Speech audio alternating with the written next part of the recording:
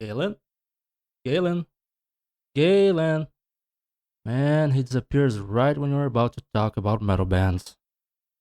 He's lost. Yeah. Wanna do the intro?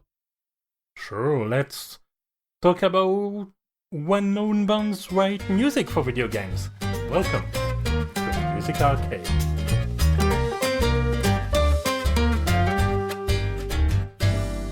Hello everyone and welcome to an unusual episode of Music Arcade. No Galen today, but I am Ranakel, and joining me is... I am Eddie, and where is Galen?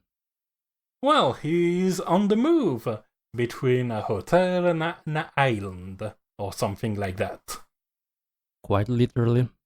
Yep, so he technically had the possibility to do a bit of recording today, but when he suggested that, we basically wanted to flex that we could do it without him, because we mature people that take care of our friends, and sometimes when things are getting too hectic, it's nice to know that you can rely on people to keep the machine running. So, a little bit of that and a little bit of us going, hell no, that's too late for me. Fair. Now then, about the topic for today. Basically, we had two main options without one of our main hosts. One is an option that somebody will not have anything to say about, but Galen has a lot to say about a lot of things. Turns out that's what happens when you're a sound engineer.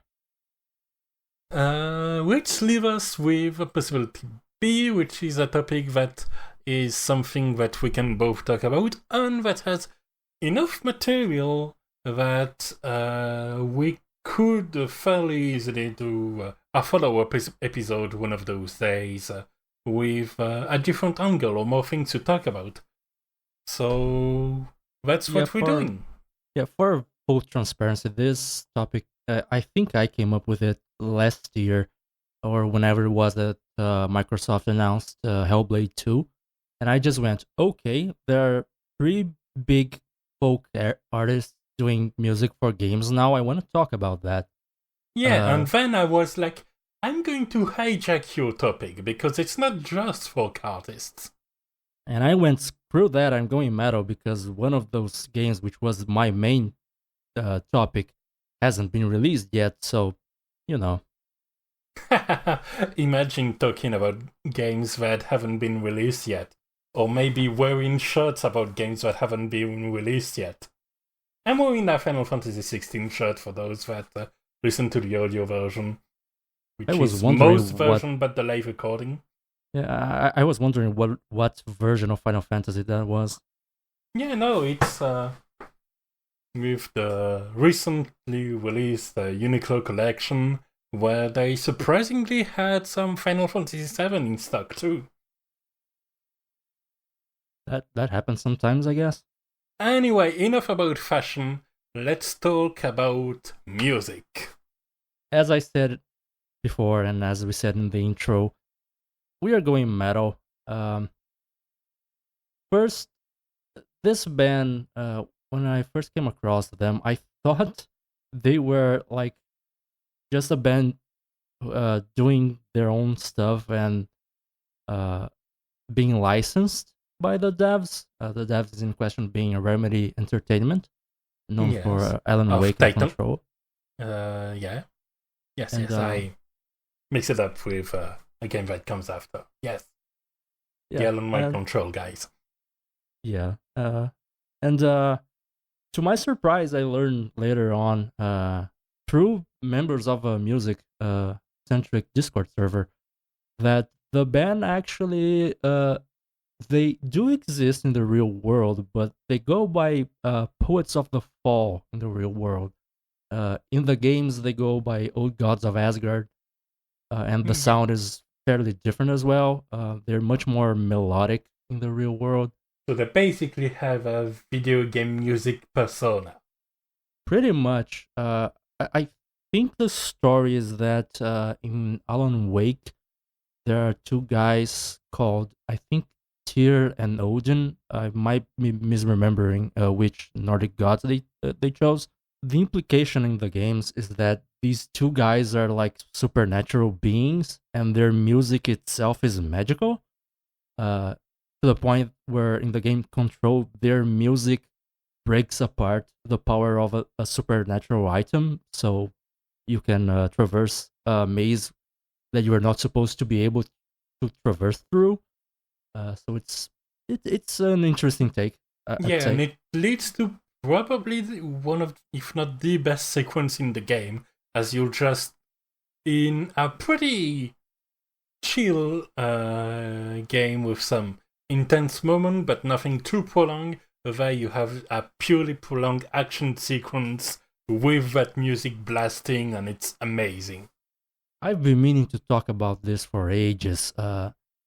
First of all, I already love the song "Take Control," but the Ashtray Maze is incredible. It pretty much picks parts of different parts of the song to play at different areas of the maze, and it adapts according to how fast you're going and moves between those moments Yeah, it as doesn't just seamlessly take as the possible. track. Yeah, it Yeah, doesn't just take the track seamlessly. And as a whole, it just yeah, it doesn't adapts. just drop it. It tries to mesh it well with what you're doing. Use a different phrase. It's kind of like what's happening in, say, a Killer Instinct, where you're having parts of the track that are used depending on the situation and how far you're evolving, which I always like. Yeah, if I were around for the episode we did on tracks that evolve, I probably would have brought this one and just cheated a little, because it's not that the track evolves through the maze; it's just that it plays different parts of the track at different areas. I'd have taken it. To my chagrin, I kind of blasted through the maze too quickly, so it didn't sync very well for me. But I remember on a Games Done Quick event, they did a showcase with RTX on, and it synced perfectly. So I can't remember which year that was. I think it was 2018. Oh no, poor Eddie, boo hoo hoo, you are way too good at video games and can't enjoy the soundtrack properly. I'm sorry about your humble bragging, boo hoo. Actually, I the issue is that I suck at the game and I took too long gearing up to get to it. So when I got to it, I was just one-shotting things. Ah yes, grinding then. Yeah, I'm horrible at gaming. Like, let it be known, I'm probably the worst at gaming out of all three hosts of this podcast. But yeah, the track itself, it's some really fun, really energetic metal. I don't know what subgenre of metal I would call this. So let's just go with metal. Yeah, And, sure, it's, you know, like that book cover identifying wood with someone adding under the guy looking at wood under the microscope. Yep, it's wood. Well, yep, it's metal. Yep, definitely metal. Only the finest metal analysis in Music Arcade. I'm sure Galen won't mind this bit at all when he's editing this. Never. The lyrics of the song are pretty much the plot of the game. So if you want to play Control without spoilers, don't pay too much attention to the lyrics. But the sound is awesome, and it really gets you going for that very action-packed sequence. Yeah, remember we had a similar situation in a little indie game you probably never heard talk about on this podcast named Final Fantasy XIV. In which never heard of it. Yep, in which they basically had so much of the plot of one of the expansion in the expansion's intro music that for the initial trailers they just garbled the lyrics.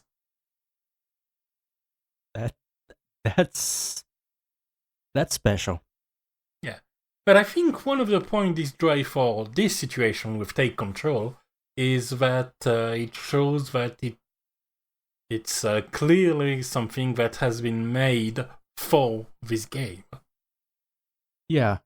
Also, control doesn't suffer from what Final Fantasy XIV suffered, because the sequence with the ashtray maze is near the end game, so you already know pretty much 90% of the details Yes, that they sing about.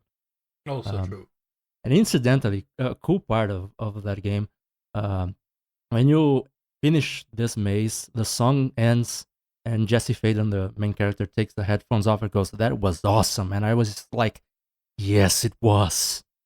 I don't know if I like that part of the sequence, because if something happens that it's and it's awesome, I can state it without the character stating it for me. Yeah, it is a bit too meta. A bit too meta. Incidentally, in one of the DLCs, they have a mission where you discover a supernatural camera where everything turns into an 80s action flick, and there's a synthwave track playing in the background for that sequence. So Remedy does love to play with music in this game. That sequence does not have Jesse going, "This was awesome" or whatever. So wow. maybe they learned their lesson or something. Wow, 80s style synthwave tracks couldn't be something I listen to on occasion in some games. Anyway, let's talk about Hotline Miami. No synthwave to be found here. Look, if you're going to mention that genre when you know that's the game that's coming up next, I'm going to aggressively force a transition. I mean, I didn't have much else to say either, so.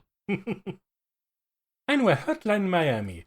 I think it's important to mention this game because, well, first things first, it was one of the big early indie hits. Essentially, Devolver Digital was built out of the back of the success of this game. And I mean, even the soundtrack, it kind of came out right when synthwave was getting very big again. Yeah, exactly. When it was kind of shedding its skin as a bit of a meme status, Vaporwave in particular, which is not the same but tangentially related, and let's not get into genre arguments. Yep, it's metal. Yep, it's something wave. Everybody on the same page? Everybody on the same page. Good. It is open brackets, noun, close brackets, wave. Exactly. So, moment.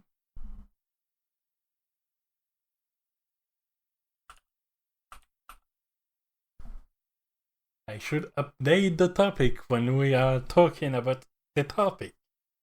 I love you. Don't you French me or I'll Portuguese you. I would love to hear that, but not during the podcast. After doing some research. Where was I? I think we're about to talk about the song proper. Yes. So, that track, Paris by M.O.O.N, with dots M-O-O-N, if you want to be particular about it. And on top of being very good in itself, I think what this track kind of represents for me is how much the game's identity is resting on that soundtrack. Even though it's not a situation where the soundtrack is made for the game in particular. Instead, it's kind of like the team that make Hotline Miami design a game that would work as a music video game, and it just happened to also be a very good game. Incidentally, as a coincidence, earlier today I was sharing a song from the band that actually inspired this topic, which is Hylong. They're working on Hellblade 2, and off screen in our Discord chat, Galen mentioned the song gave him a vibe, and that he was thinking this would be great music for a game. That was the exact same thing I felt listening to this Hotline Miami track. I was just hearing to it, and I went, yeah, I can see why it's in a game. This is very much. It's the perfect music base for just breaking a door, punching a guy, taking his gun, shooting a guy on the other end of the room, and then punching the guy that's already down to death. Does make you wonder why it's named Paris. That I'm not sure. It's and like there's something to be said about having the right eye or the right ear for composition, but also for selection, and the fact that it fits like a glove that much isn't just somebody that got lucky. It takes effort to be able to match the game to the track that much, given that it doesn't have any of that evolutive situation where you can slow it down for this sequence. It just runs at its pace, loops, and ends when you're leaving the level. Oh well, for this case, when you're ending the level by punching the last guy to death. Yeah, and the song isn't even particularly fast-paced, which is something you would expect from a game like Hotline Miami, where you're constantly shooting enemies all the time. It kind of makes me wonder if maybe the title Paris might be something to do with fashion shows or whatever, because it does feel like a track that would work on a catwalk as well. For some reason, it fits both a catwalk and a murder hobo simulator game. Yeah, so what you're saying is that it would work for the French level, the Paris level of Hitman 3. Honestly, it would. It probably would. Because there is a catwalk in there, and you certainly murder a lot of people. And it would be much less annoying than the actual song that plays in the catwalk in that level. Yeah. I don't know what it is, so I'm going to trust your instinct on that one. I'll just say it's way too loud. It gets annoying fast. At least it covers the sound of murder. Well, Paris, in this situation, elevates the sound of murder in a way. Like, honestly, having listened to it on its own, and having listened to it a lot, just dying and retrying the level, one of the levels it was in, there's almost are percussive elements to the gunshot and the door breaking that feels almost naturally a part of the soundtrack. Happens a lot in rhythm games too, when you have some drums or something that confirms a note. When you take those away and listen to the music on its own, sometimes there's a bit of a transition period. And the fact that and the fact that I can compare Hotline Miami, a very gameplay-driven experience, to a rhythm game, again says a lot about how fitting the music is to the game or the game is to the music. Yeah, I can really see where you're coming from. The game, the song rather, it's not that it's particularly sparse, but it does have a lot of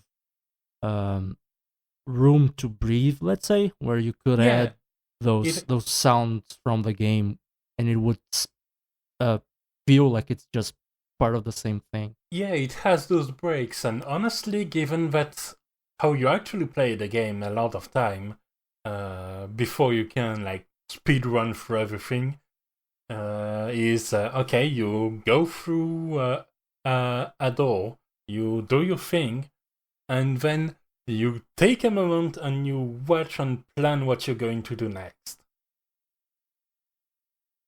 Which is why those breaks work very well there. Unlike, say, a game that's very similar, that's called Angerfoot, in which you can't really see through the door because it's in third person, a first person.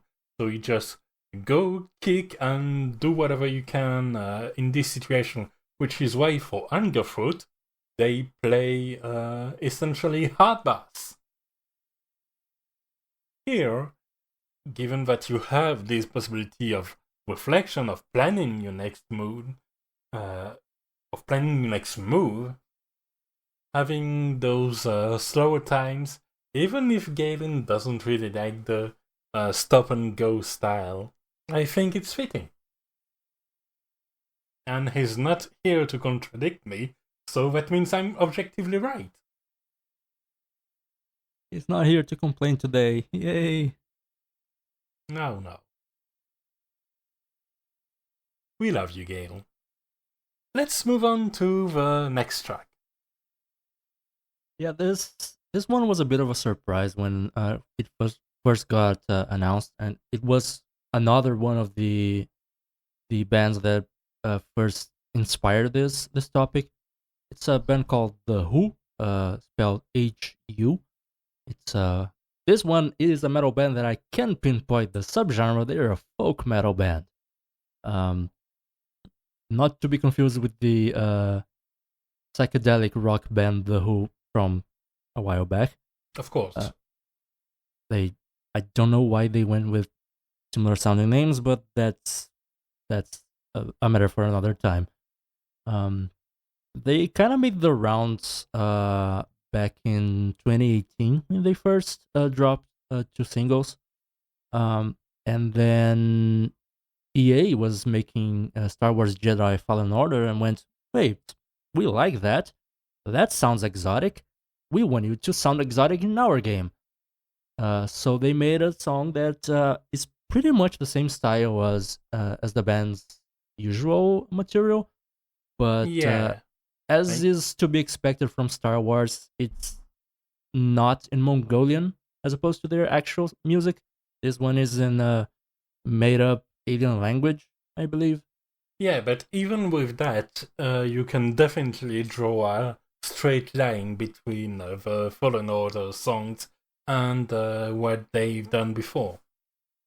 Yeah, it's pretty much the same sound. Like, not, I don't want to just throw them under the bus or anything. It is a new song. It is its own song, but it's very much their sound. It's not like the previous band, Poets of the Fall, who become completely different as Old Gods of Asgard. Here it's The Who. Yeah, very much. And I think that's in line with what you said about EA basically saying, you know, that thing you did, we want that. So they asked for that and they got that. Pretty much. Makes perfect sense. Yeah, and it plays in a... the game is generally more of a Metroidvania-ish kind of game.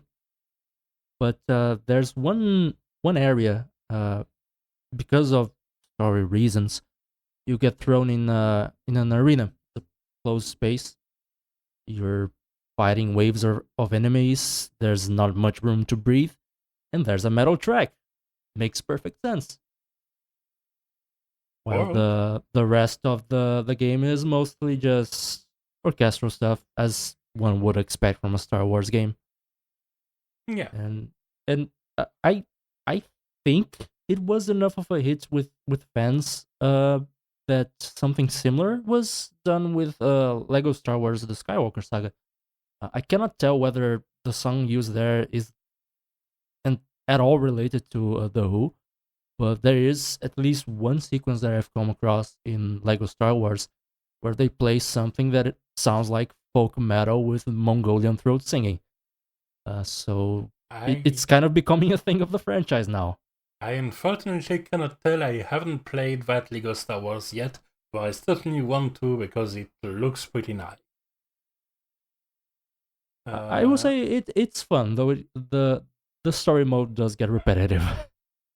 Yeah, and honestly, regarding Star Wars as a video game franchise as a whole, I think we've already evoked that before, but those other soundtracks are at their best, where they're not trying to be John Williams and failing at it.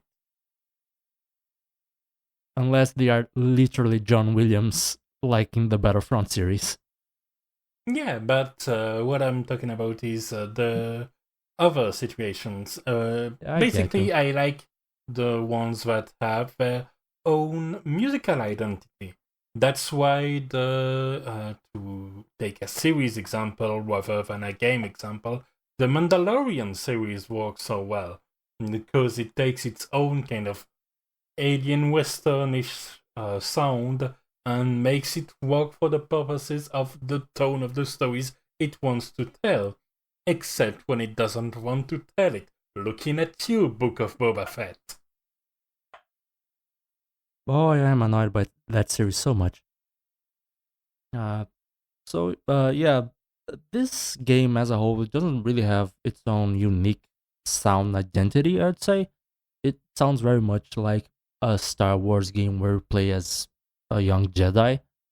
But there is at least this moment, which is pretty cool. When that song it really blasts you because you are in an arena.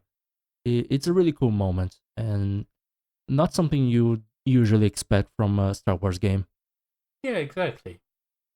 Well, speaking of arenas full of enemies that you brutally massacre, I see what you did there. What you did there. I mean, it's not that brutal in Star Wars, but brutality kind of is the point of MadWorld, which was, I think, the first game of Platinum under that name. I think. It even has a bloody chainsaw on the logo, so that's when you know it's gonna get violent, even if it really has only 3 colors. Well, 4 actually. There's a bit of yellow. Fair. Yeah, no, I mean, you gotta work with the real limitations. But yeah, MadWorld, basically an ultra-violent death game for Nintendo consoles, because they have to show it's not just Mario and happiness and laughter. As someone who grew up on the SNES days of Nintendo of America's censorship, it is wild to think that MadWorld is a Nintendo exclusive, pretty much. Yeah.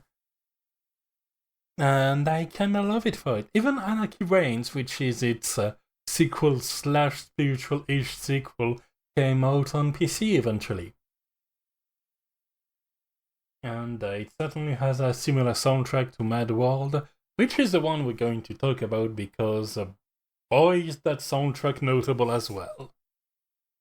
Essentially, what's happening in the game is that you're going through levels in order to accrue a certain amount of score by not only killing and killing a lot, but killing spectacularly.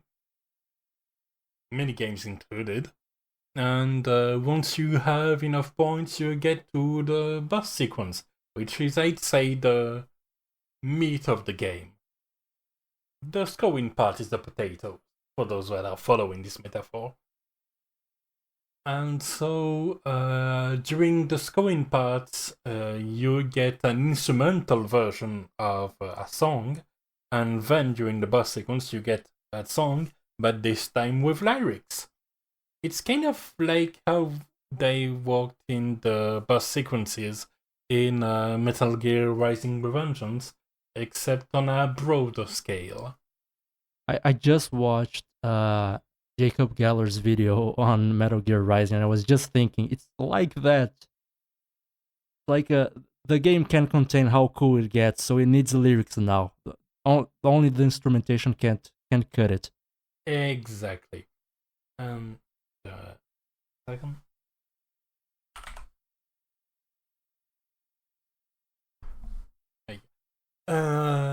Yeah, I mean, it's not quite on that level. They were still finding their footing, but you can definitely see the line and the line of thought going from MadWorld having the boss sequence being a variation of a song you're already familiar with, but that escalates, and what's happening in Vengeance.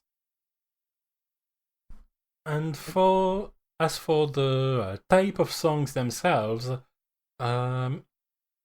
honestly, you get that ultra-violence kind of setting.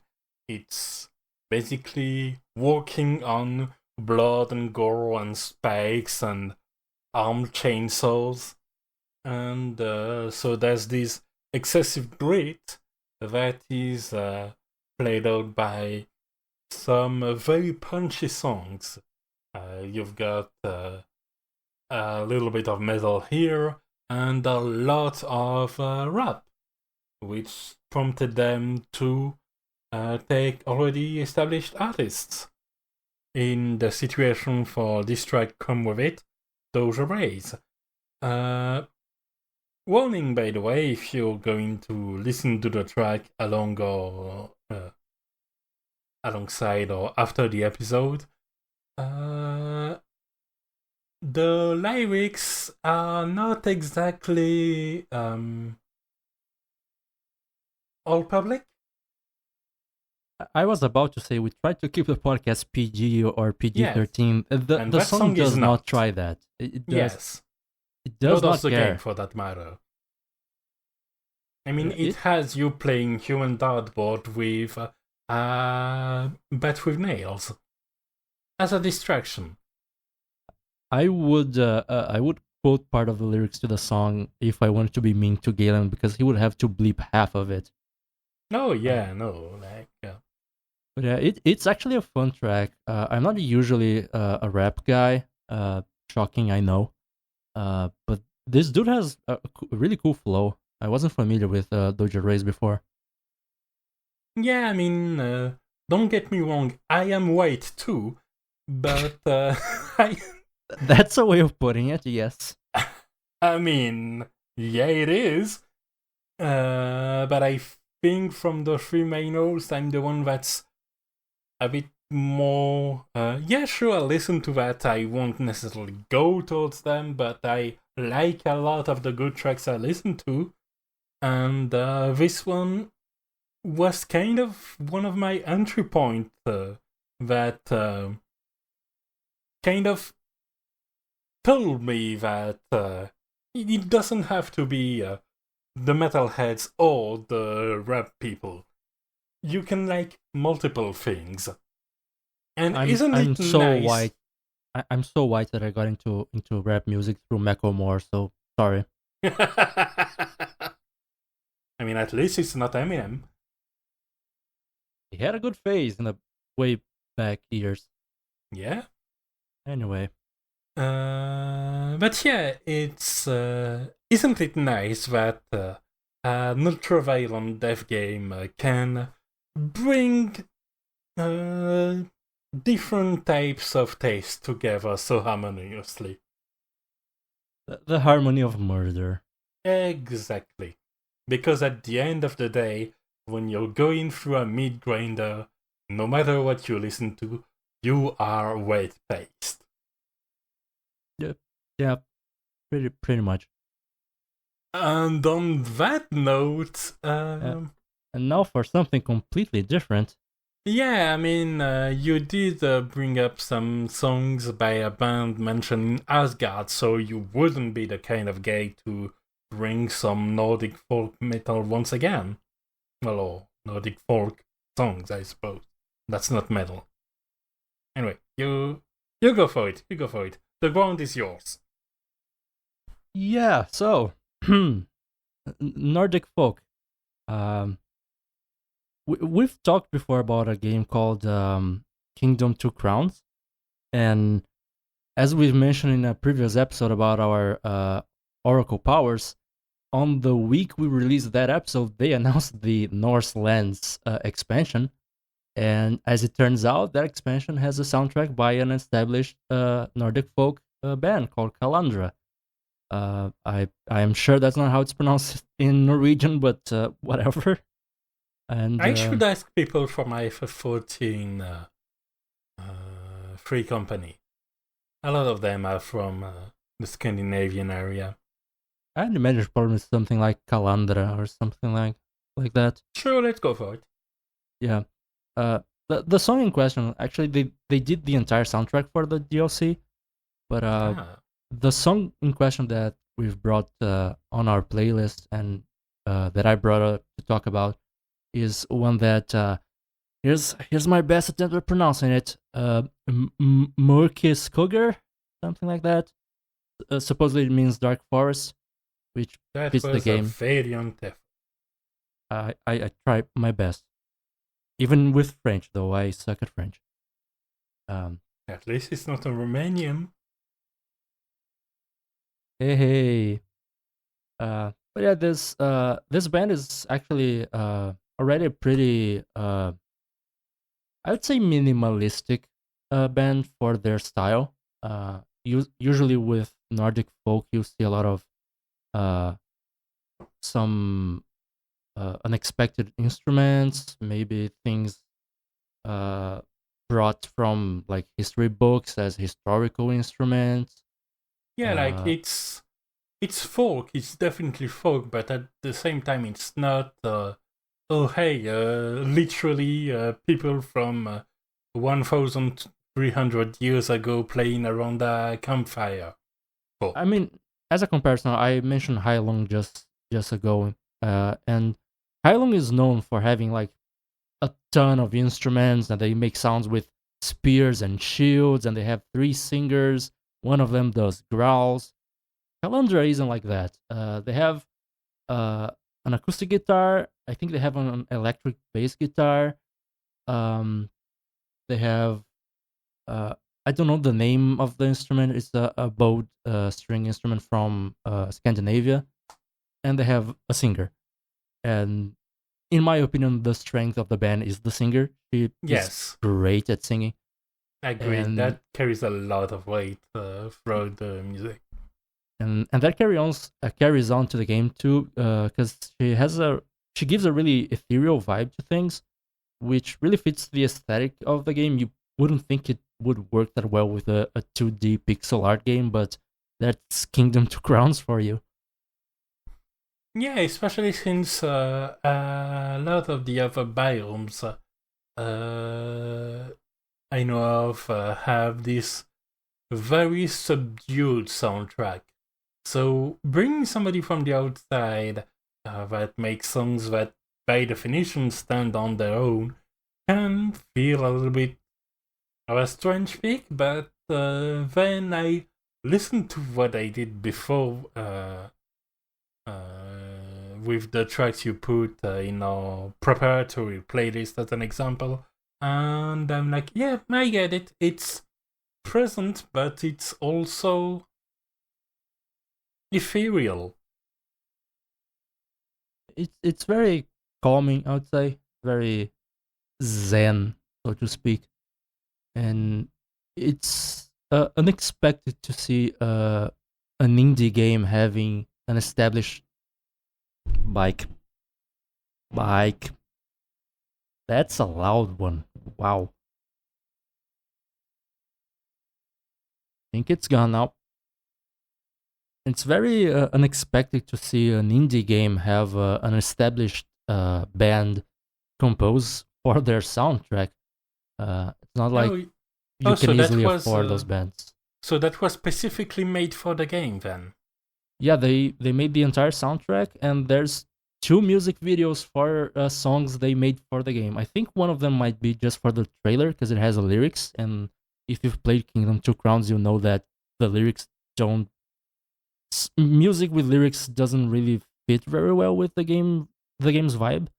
But this one, I believe, plays when you're in the forest and it's getting darker. Yeah, like for that game's vibe, vocals, perfectly fine. Lyrics, I'm having doubts. Yeah, it's way too minimalistic of a game for that to work well. But I believe that was a promotional single, though it is on the official soundtrack. I can't remember the name, but this track specifically, it is in-game actually. And they did the entire soundtrack, similar style. Of course, different vibes depending on the biome and whether it's day or night. But it's very much this ethereal, minimalistic style. The music video for this track in particular has them. It's just them recording the actual track, and the dude on the bass is playing an electric bass with a bow. Seems like a cello bow to me. Like it's that sort of stuff. It's like it's music for people who dig geography pretty much. Who are into geography and history. Nerds. Yes, like me. Yes. Glad we've cleared that up. And not to repeat myself, but now for something completely different. Yeah, you have this very chill pace for Kingdom to Crowns. Very deliberate, even though the time never stops. There are day phases where you're relatively quiet and you can gather your thought about after some hectic night. And then you have Neon White, which is a very recent release and honestly one of the reasons why we're also doing this episode now. Because that soundtrack is very good and that game is very good too, honestly. I don't need any other reason. Fight me. We've never needed other reasons for our episodes. Exactly. I knew you'd get it. So, for those that don't know, the principle of Neon White is that you are essentially in the afterlife people that die in Mirror's Edge get to. And through those slick landscape, you go through level design, killing every single demon, which activates the end of the level that takes generally around 20 seconds, 1 minute maybe. There's 10 successive levels like that. And when you finish one of those levels, you then have a time and learn that somehow from those 20 seconds you did the leveling, you could have somehow shaved off 7 of them. And then the game teaches you how to do it better and faster using hints and clever placement. And it's basically a game that turns you into a speedrunner of its own game. I was gonna say it sounds like a speedrunning tutorial in the shape of a game. Yeah, pretty much. There's global leaderboards, and the devs are actively sharing videos of top 10s or first clears. And it's very good at what it does. People look at it and think it's like just a shooter or something. No. Or since the weapons that are also mobility options are represented by cards, they think it's like a Slay the Spire, and no. It's, if anything, the game it's the closest to is Trackmania. Yeah, I was checking the trailer. It feels a lot like what if RoboQuest, but you can drop your weapons for a temporary boost. Well, that depends on the weapon in question. There's the handgun that gives you a second jump, or third or fourth, etc. An extra jump. There's the rifle that lets you dash directly through, and during that dash you're invincible. Then you have things like specific enemies you can bounce off that are part of the level design. Further to the end, you have directional firing dashes, and you have a rocket launcher you can use to rocket jump, but also can discard for a long distance grappling hook. I cannot possibly imagine why people have been driven to speedrun this. It's a game that manages, through its level design, its construction, its polish, and its optimization strong enough it runs well on the Switch. It manages to be exactly as cool as it sounds. I'm kind of surprised the whole game mechanic / gimmick with the cards thing doesn't get too clunky, because it feels like it would be something where you'd get lost with the cards very easily. But they're doing two very clever things with that. One, they kept your different types of cards at 2. So, like, if you have a gun and a rifle, and that you pick an Uzi, which lets you stomp down vertically, you automatically discard the weapon you don't have selected. And when you pick up a card that's a different weapon, you automatically switch to that weapon. And the levels are designed with that in mind.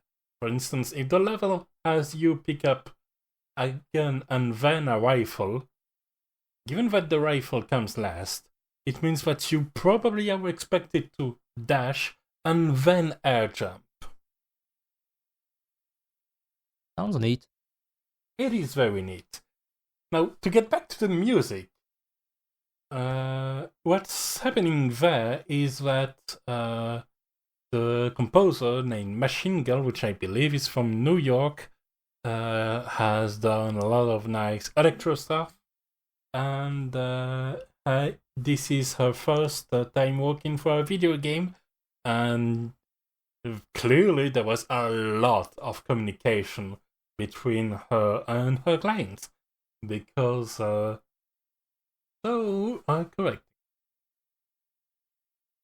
And so there was clearly a lot of communication between Machine Girl and their clients, because the game's principle means that there's a lot of time where you're going to repeat the same level again and again in order to perfect your times, which means something that shouldn't get old too quick. But at the same time, you don't want the soundtrack to become stale if you're gonna play the same level over and over again. Exactly. Especially since the track is shared among the series of 10 levels and goes uninterrupted through repeats and changing from one level to the next, and so on. And so there's that aspect, but there's also that aspect that kind of instinctively contrary, that it should motivate you to, well, go fast. Because that's a lot of what the game's about.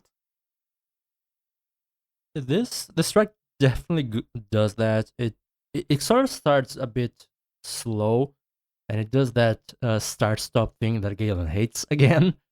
But it does get going after I'd say 20 or so seconds. Yeah, like I don't think the soundtrack would work without those kind of start-stop, or more accurately, those sharp turns, because the way essentially it all ties together is by having tracks with a lot of different musical phrases that are interconnected.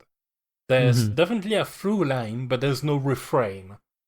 Because if there was a refrain, you'd spot the refrain very easily, and you'd start to get sick of it after a while.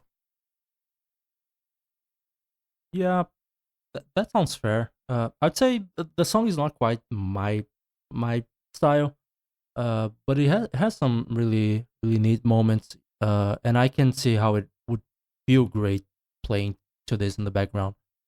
Though it's not something I would go out of my way to find it on Spotify or whatever. Which it is on, by the way. Thank God. We don't want to do a second episode of we want to listen to video game music, please put it on streaming. We already did one episode of like that. But yeah, that's definitely something that's very well crafted. And honestly, for our first time doing a video game soundtrack, that was a home run, which shows both talent on part of the artist, but also, like I said before, great communication between the rest of the game team and the composer.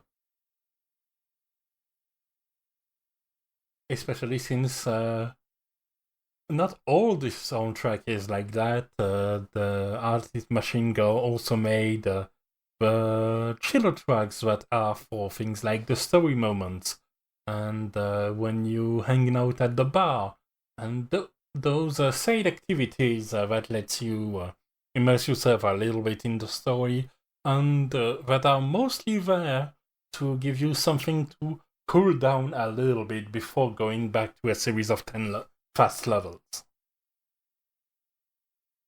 So yeah, I it's might very need good. I might need to track the soundtrack out on the check it out on Spotify because that sounds interesting. Might not be something that I'll listen to on the long term, but sounds interesting to give a listen at least once. And I've separated them into two sub-albums. So you have the first part, which I don't remember the name of, but that's all the level tracks, so all the tracks that go fast. And the other album, The Burn That Cures, which is only the parts of the story tracks and the event piece and the hub, etc. That's a lot of tracks.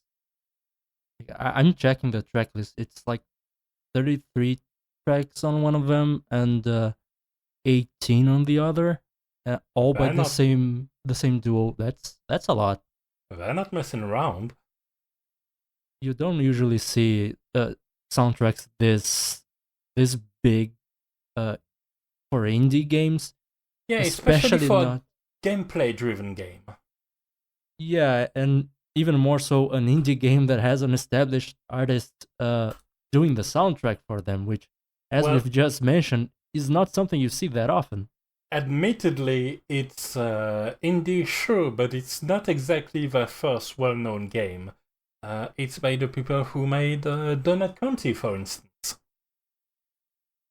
And published by Annapurna Interactive. Yeah, Annapurna does usually work with big name game directors. Yeah. And turns out they make good games. Anyway, that was pretty regular. Now let's get weird. Yeah, you're gonna have some explaining to do for me on this one. I mean, it's a track by an in-universe artist named the Chowder Man that says "I am the Chowder Man" with "I am the Chowder Man" as its refrain. What is there to understand? He is the Chowder Man. When I first checked this track, the vibe I got was that it was a Kid Rock parody, though it sounds much better than every single Kid Rock song. What tipped you off to that? Was it the eagle with an automatic rifle? The big motor car with a bikini babe on it? Or the waving American flag? I think it might have been the white dude rapping over guitars with a cowboy hat. Yeah. The MV is a wonderful piece too. It's a special music video. Yes. And anyway, that's for a game named Hypnospace Outlaw. The idea is that it's in an alternate universe, late 90s, early 2000s, internet powered by dreams. So, and you are working as a moderator, trying to find bannable offense like copyright striking people and finding people that don't use the intended payment methods and tracking down teen harassment in Teentopia. And so the whole game has this GeoCities webpage aesthetic and Angel Fire, and it's very nostalgic to those early internet days. And so as a result, to shoot the web pages, there's things like terrible animated GIFs and automatically playing songs on web pages, of which the Chowder Man is one of them. Yeah, I'm seeing some screenshots, and for better or worse, it does remind me a lot of my younger years. You had a blog, didn't you? Actually, no. No, I had two. Surprisingly, I am one of those weirdos who actually only created a blog once I was grown up because I needed one for my writing gig. Nerd. This is so early 2000, it hurts. Yes, it does. And it's a good thing, you know? It's like, oh, hey, I remember when I last bumped my leg at this exact spot. And the soundtrack is full of these things that help kind of solidify the setting and really establish that cheesy atmosphere, which is why you've got things like that, or there's also an in-universe band called Seepage, which is the mandatory new metal tracks providers. But I picked the Chowder Man because, well, first, her dad was already established as making video games about songs about video games, but also because he has a story arc in the game. What? Yeah, because he's got his page, and there's this established style of his, but he also is trying to break into cool punk, which is a genre that's gaining popularity.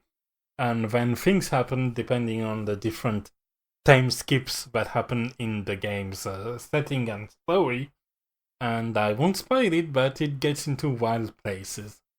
That game's amazing.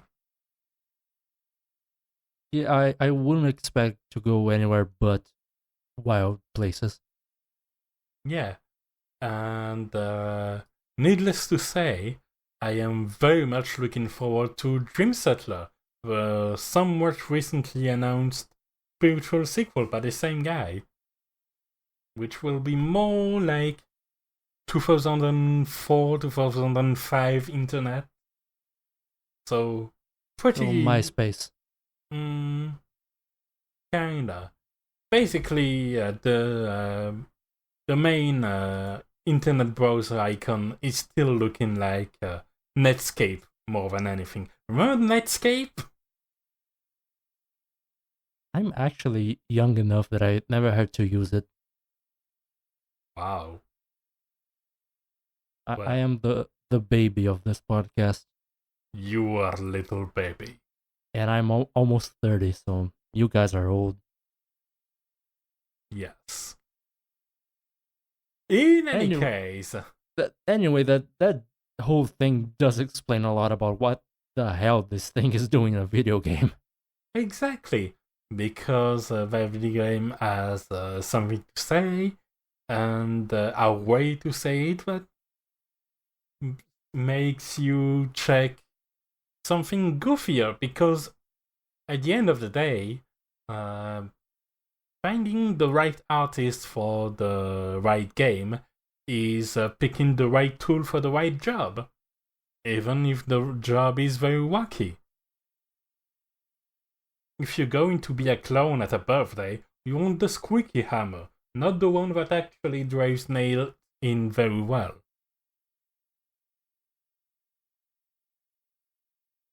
That's an interesting analogy. I'm very proud of that. Anyway, since that's all I believe on the main topic, let's talk a bit about some games we've been playing these days. It is time for Music Arcade No Play.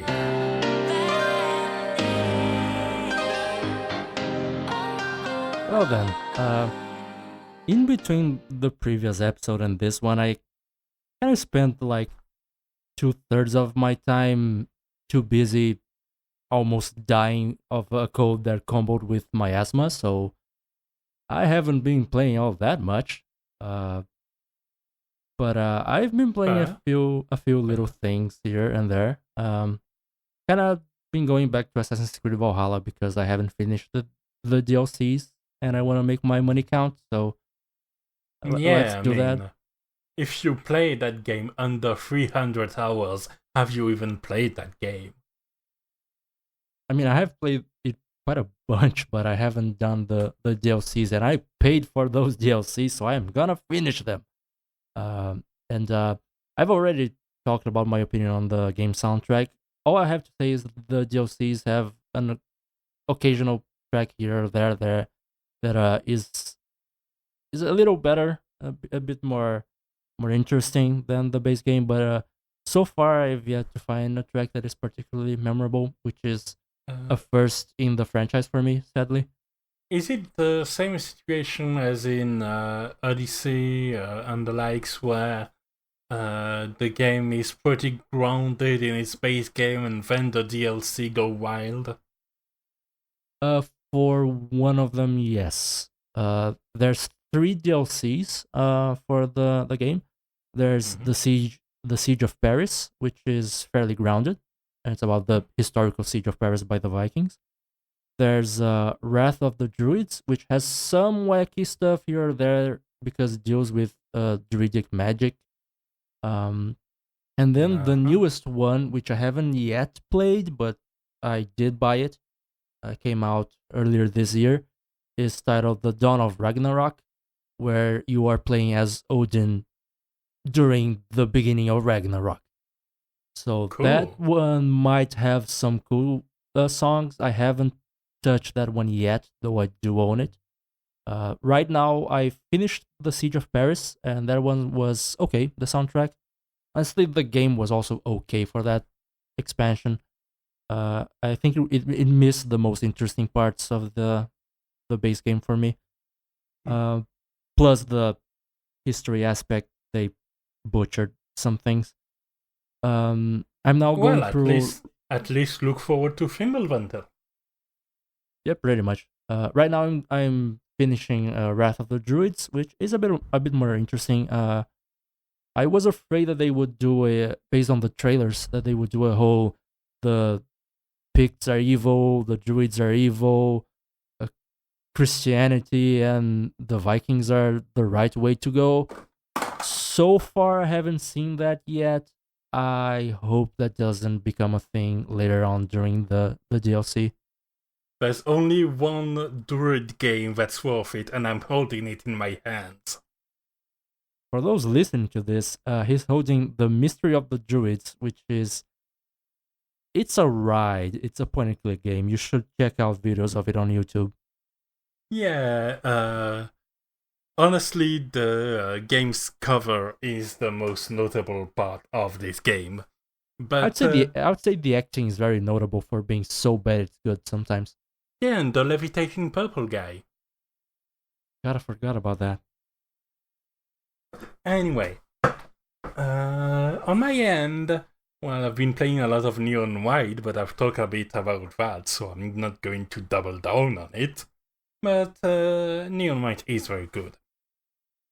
And then, since 3 days ago, Fire Emblem 3 Hopes came out, and I played the demo for 17 hours. I have now like 40 hours in the game. This game is now my life. I am going back to it right after the recording. Oh yeah, it's okay. Yeah, it's just fine. All joking aside, I actually like it a lot.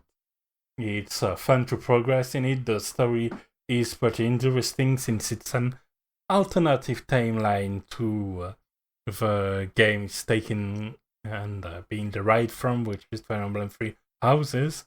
And the music has a lot of those tracks that are remixed with some cool variations where you have the main track and you just running around murdering people by the hundreds.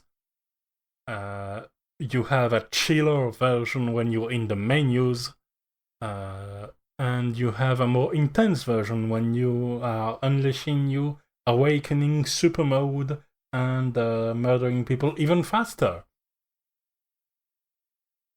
As you do. Yeah, and it's nice that they took those variations that were already in the game and changed the pace of it to match it. Since what's happening in the base game Fire Emblem Three Houses is that you have your map theme, and it really swells up during the attack animations, which are very short, which is why the music, if you only take the part that swells up and that you listen to the whole track like that, it literally doesn't make sense, because it's not made to be listened as a whole. It's made to be listened as a variation of like 10 to 15 seconds on a main theme that is actually listenable. But this time, given that the awakening mode can last quite a while, since the more you murder, the more you get murder gauge, which helps you keep the awakening last longer. So they have these variations that are all very listenable by themselves. They play it a bit more heavy on the electric guitars because it's a Musou game, a Warriors game, so of course. And the end result is so far very pleasant, and I'm only on main chapter 9 of one of the 3 stories. So there's a lot of content too. Does seem like it, yeah. Another game I've been playing a little bit. It has a much better soundtrack than Assassin's Creed Valhalla, and it's this new small release. Some of you may have heard of it, called Halo Combat Evolved. Sounds like a Doom clone to me.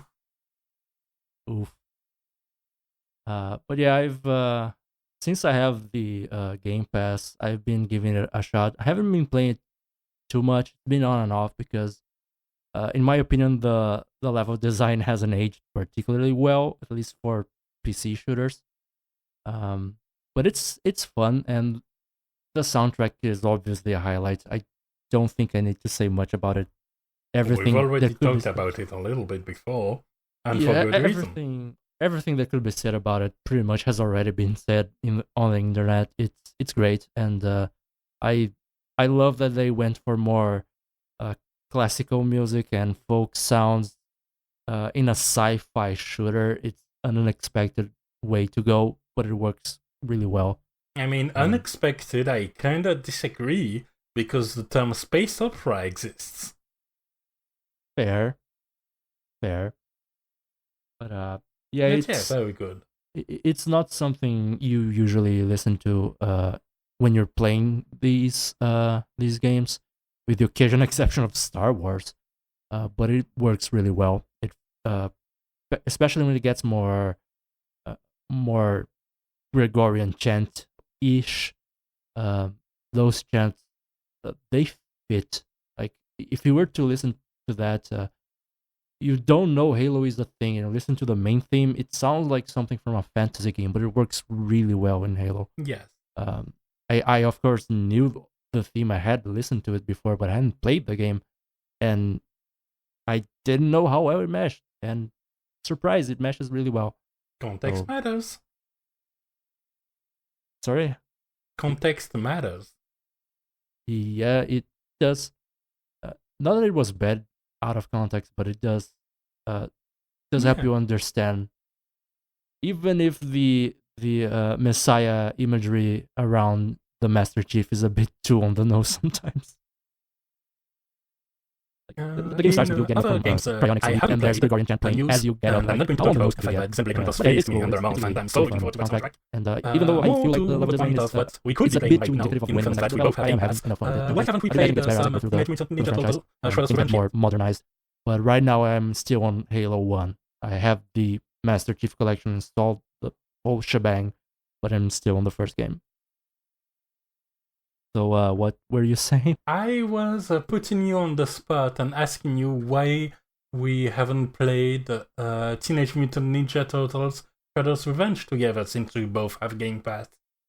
Because I'm a horrible person, and I was sick for, I think, about 2 weeks and a half.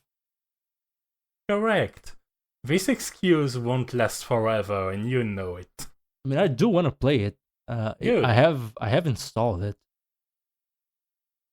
So hopefully soon. I remember, I think you shared on Discord.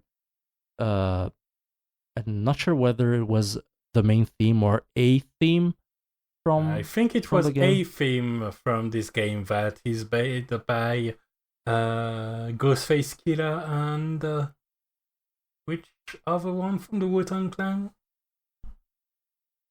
Anyway, 2 people from the Wu-Tang Clan made a track for retaking because of that load boom. Anyway, 2 people from the Wu-Tang Clan made a track for this game, and yeah, that's a pretty big flex.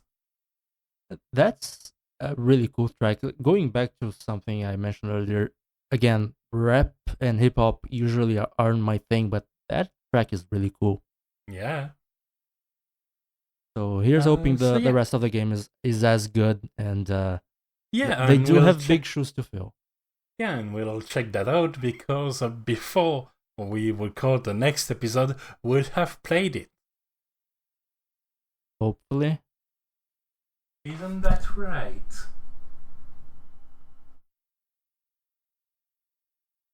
Hopefully. Good. I'm not hoping. I'm threatening. Do you think there's the Atlantic Ocean between us, I guess? Even though I don't doubt your ability to just swim your way back here. Water won't save you forever, Eddie. Oh, Lord.